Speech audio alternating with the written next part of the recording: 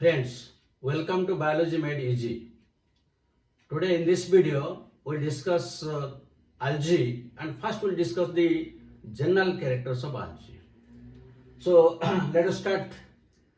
Algae, number one, they are aquatic in nature.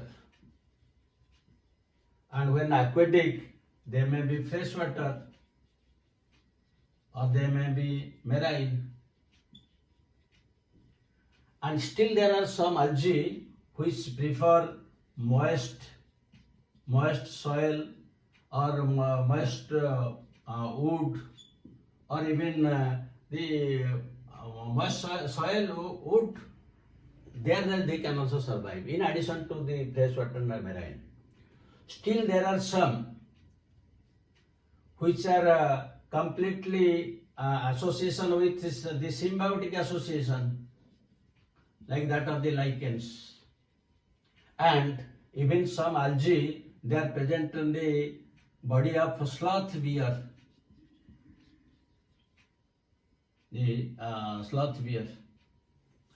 So these are this is the habitat, but most of them are aquatic. And since they are aquatic, they are known as usually the children of sea. And the 75% of photosynthesis that is carried out in the biosphere is performed only by the algae. And because of this reason, they are the main producers. Of oxygen, because their number is more. Now coming to the structural aspect,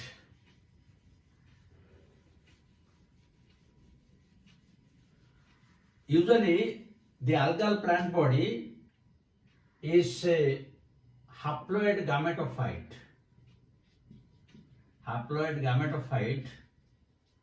and usually the life cycle is haplontic life cycle.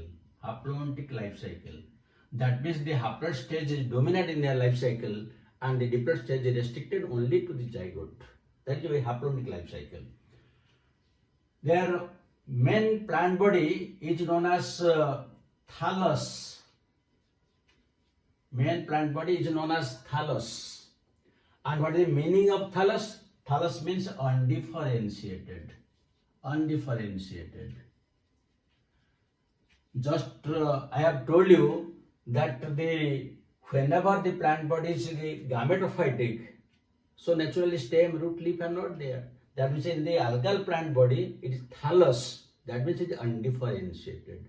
There is a stem, root, leaf, all these things are not there. Simply they are prostrate. Undifferentiated. That is one of the important characters. Then you will find no vascular tissue. Vascular tissue like xylem and phloem are not there because they are completely aquatic. Then their thallus is diverse in structure. Diverse. That means the thalli are of different types. They may be unicellular, they may be colonial, they may be multicellular and filamentous. All these types are there. And let us have a brief discussion about that. What are the different forms? What are different forms of thalli? Let us discuss. So, one form is it may be unicellular. And in unicellular, it may be motile or it may be non-motile. The example of motile is Chlamydomonas, and example of non-motile is Chlorella. Both are unicellular. Then the second type is colonial or colonial form. In colonial form, again you will find motile, and one of the best examples is bulbux, and non-motile The example is hydrodictyon. Hydrodictyon. In Volvox, there is always a fixed number of cells, maybe 500 or 1000. So when in a colonial form, the number of cells is always fixed. That is also known as synobium. Synobium is fixed. Then the next form is filamentous. In the filaments is again of two types. It may be unbranched, and the examples are Spirogyra, Elothrix, Podogonium. These are all unbranched, while the other is branched, and the example is Cladophora. These are the three forms. Then there is a fourth form also.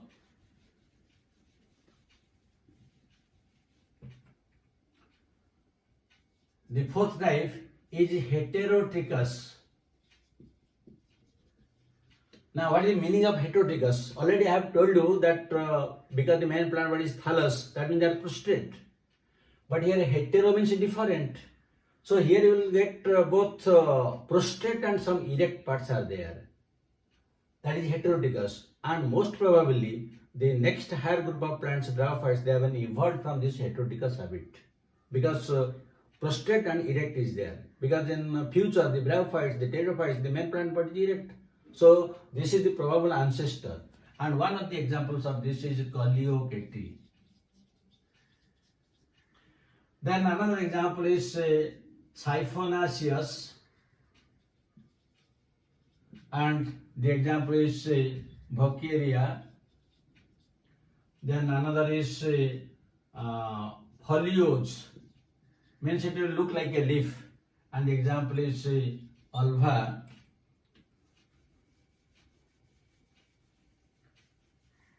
Then pseudoparenchymatous.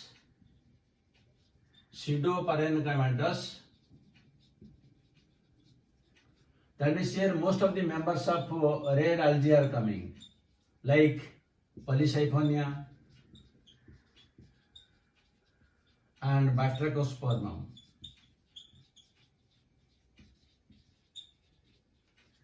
Others are also there, Gelidium, Gracilaria. Then another one is parenchymatous. Here the giant kelps, which are up to 100 meter in length, they are coming under this. And some of the examples you can write fucus, laminaria. These are some of the examples. So this is how we'll find a wide range of thallus structure, starting from unicellular to colonial, multicellular, filamentous, then heterotrichous, foliose. All these different types are found only in algae. Then what are the other aspects?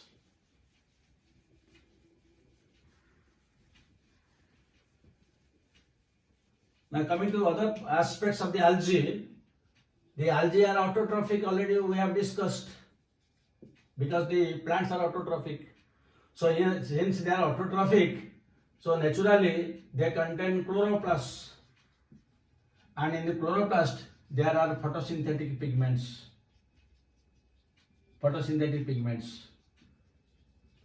So these photosynthetic pigments, they are usually chlorophyll A and beta carotene. They are present in all types of algae, but chlorophyll B is present only in green algae, chlorophyll C present in brown algae, chlorophyll D is present in red algae. That we'll discuss after some time, but these two are common in all algae. Then the next point is, here we'll get the chloroplasts are agranal. Because in higher plants, in the chloroplast, there is a grana arrangement is there. That means the thylakoids are arranged one above another, like a pile of coins, but it is agranal. That means a granal structure is not there. Then the next point, sex organs are unicellular and naked. This is very, very important. Unicellular and naked. That means a single cell represents the male and female reproductive organ, and naked. That means not surrounded by any sterile jacket. Not surrounded. This is important from examination point of view. Not surrounded by sterile jacket. Then, as already we have discussed in the classification, here you will find the embryo absent. Why it is absent? Because here you will get zygotic meiosis. The zygote is diploid, and immediately meiosis will take place. So there is no question of development of the embryo.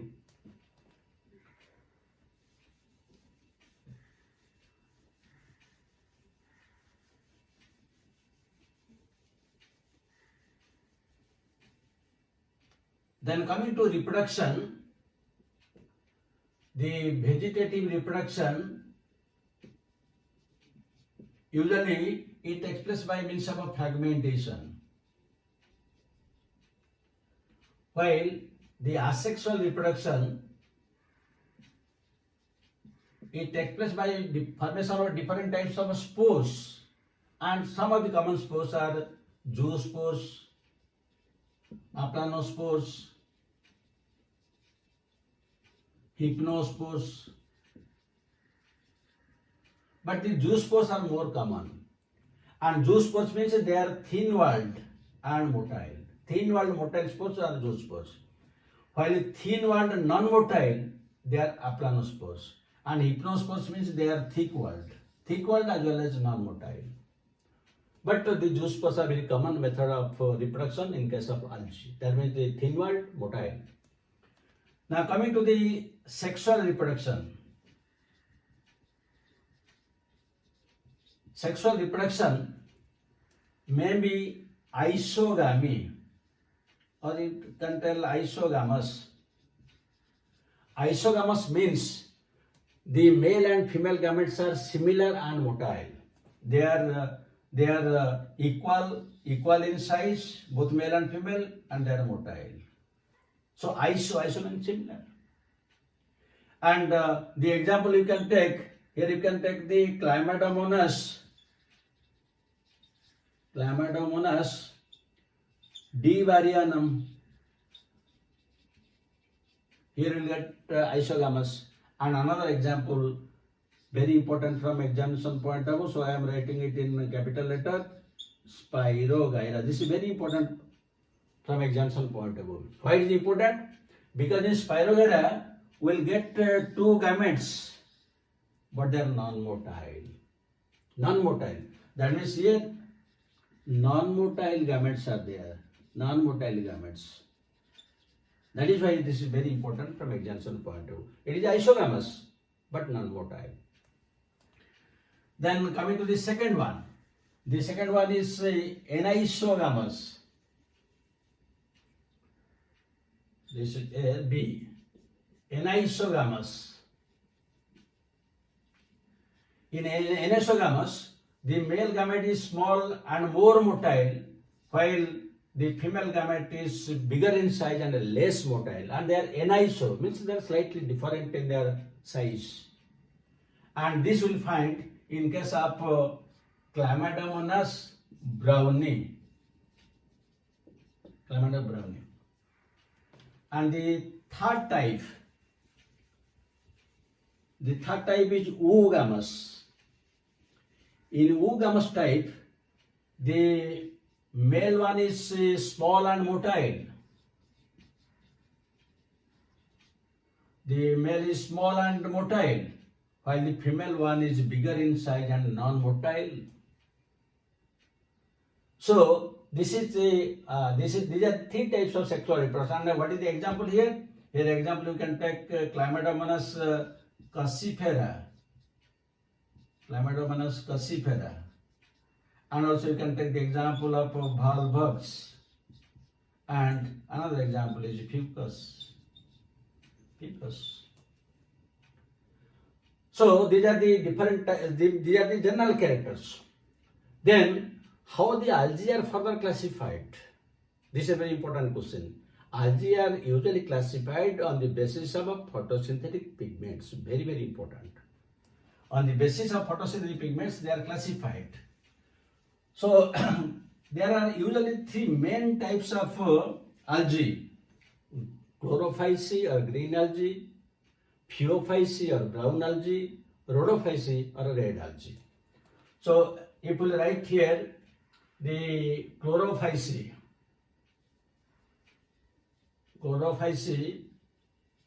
or green algae, these are green algae, and the other is phaeophyceae.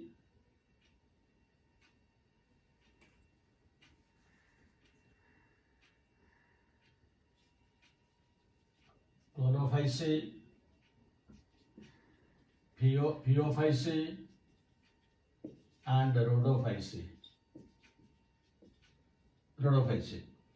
Or these are green in color, these are brown in color, and these are red in color. Now, what are the basic differences between them? If let us discuss one by one. Now, if we discuss the first, the pigments. In case of chlorophyceae or green algae, the pigments are chlorophyll A, chlorophyll B, and beta carotene. While in case of the phaeophyceae, we'll get chlorophyll A, then chlorophyll C. You see B is absent, but C is present, and we'll get beta carotene, and in addition to that, we'll get fucoxanthin.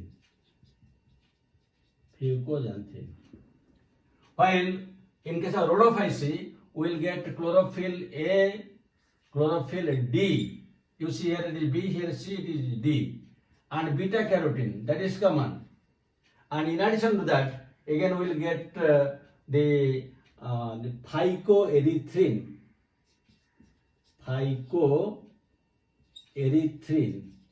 This is a phycobilin, is a water soluble pigment, and phycobilin, that is a phycobilins are two types, phycocyanin and phycoerythrin. So in red algae, phycoerythrin is more dominant. That is why it gives red color. So this is one character. Now we'll come to the second character. The second character, let us take the that is reserve food. So in case of reserve food, here will, in case of chlorophyce, will get starch, and here will get mannitol, and another is a laminarin, and here will get floridean starch, which is equivalent to the amylopectin of starch and also glycogen. It is similar to glycogen and amylopectin of starch. So these are the two. Then next we will discuss the cell wall.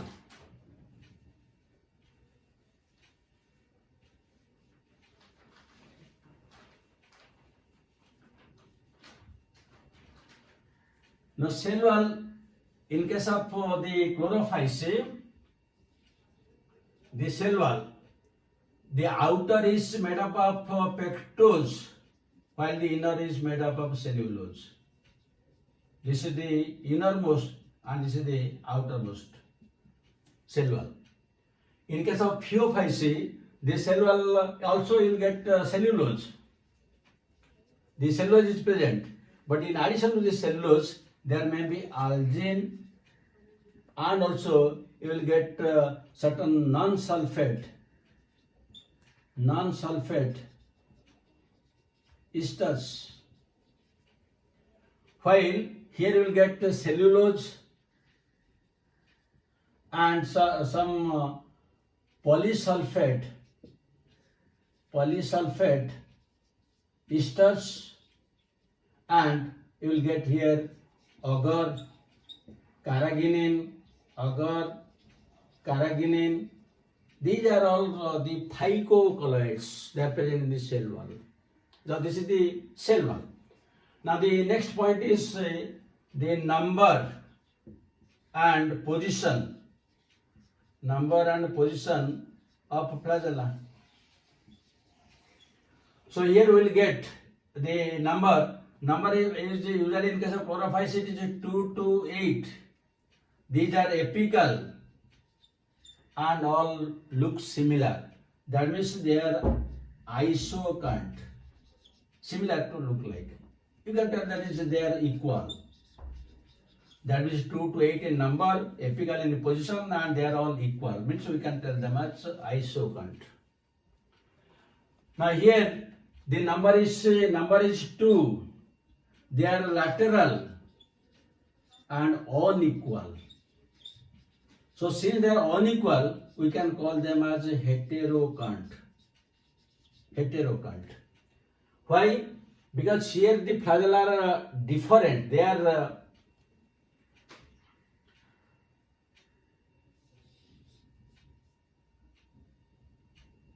you see, this is in case of chlorophyll, there are 2 to 8. I have done only 2, but apical in position. But in case of phaeophyce, you see, they are lateral and unequal. Means one is whiplash type, the other is tensile type. This is the whiplash type, while this is a tensile type. It has some bristle-like structures on either side. So it is heterokont flagellation. And this heterokont flagellation is found in case of fungi, that is oomycetes. So in fungi, while discussing oomycetes, I have told you. Now coming to the rhodophyceae or red algae, what is the number of flagella and how they are arranged? That is very, very important from examination point of view. Why it is very important? Because it is not there. They are not there, they are absent. That is why it is asked in different types of examinations. How the rhodophyceae differs from the phaeophyceae or chlorophyceae, all this, that is very important because it is absent. So these are some of the characters. And if we discuss also their habitat, then the habitat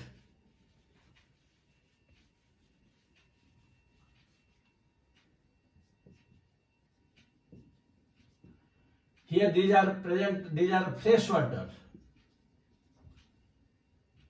And here in case of phaeophyceae, they are fresh water, as well as some are found also in saline water. That means in sea. Here also the same thing. They are fresh water and also saline water. But in case of phaeophyceae and rhodophyceae, most of them are saline water because they are known as seaweeds. Most of them are found in sea. So the fresh water is less, but the saline water or sea, in sea they are more in number. So in this way, the algae are classified mainly into 3 classes: chlorophyceae, phaeophyceae and rhodophyceae, and mainly on the basis of the photosynthetic pigments. So this table itself is very, very important from examination point of view. If I can remember this table with some additional points like economic importance and examples, which we'll discuss later on, then you think that 90% of algae is complete. If you remember the table with some more additions, like economic importance, examples, and few other things. So this is the brief discussion about the general characters. Let us discuss questions.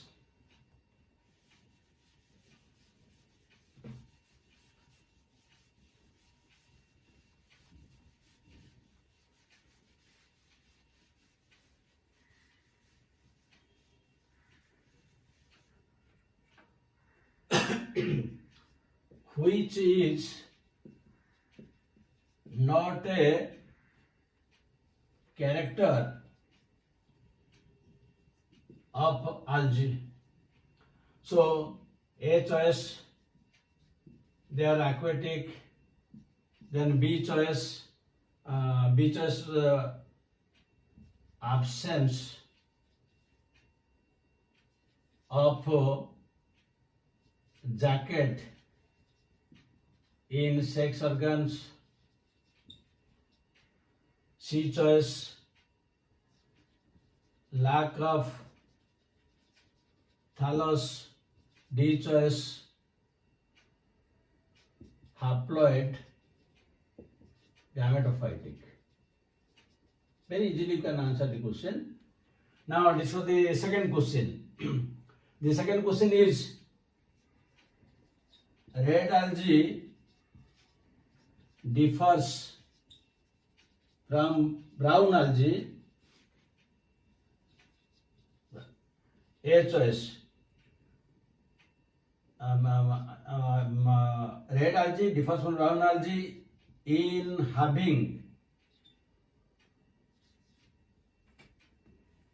not having A choice, chlorophyll A, B choice, chlorophyll B, C choice, chlorophyll,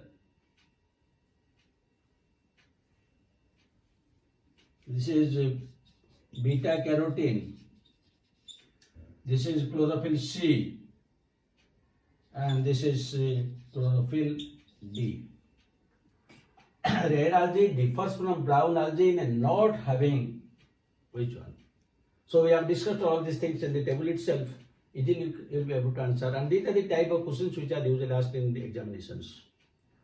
Thank you very much for watching it. God bless you. Have a good day.